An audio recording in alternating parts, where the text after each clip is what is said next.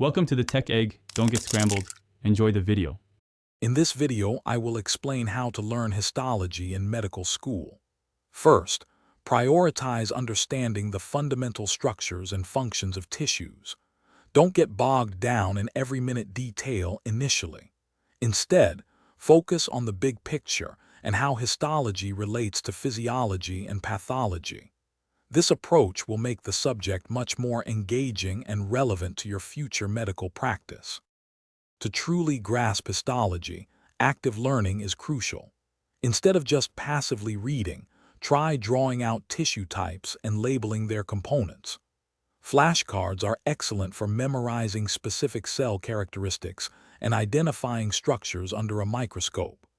Discussing slides with peers in a study group can also solidify your understanding and expose you to different perspectives. Make the most of available resources.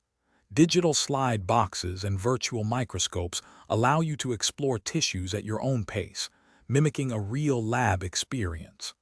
Supplement your learning with video lectures, which can offer alternative explanations and visual demonstrations. A good, concise histology textbook will serve as a reliable reference for foundational knowledge. For long-term retention, integrate histology with other subjects like pathology and physiology. This helps you see the clinical relevance.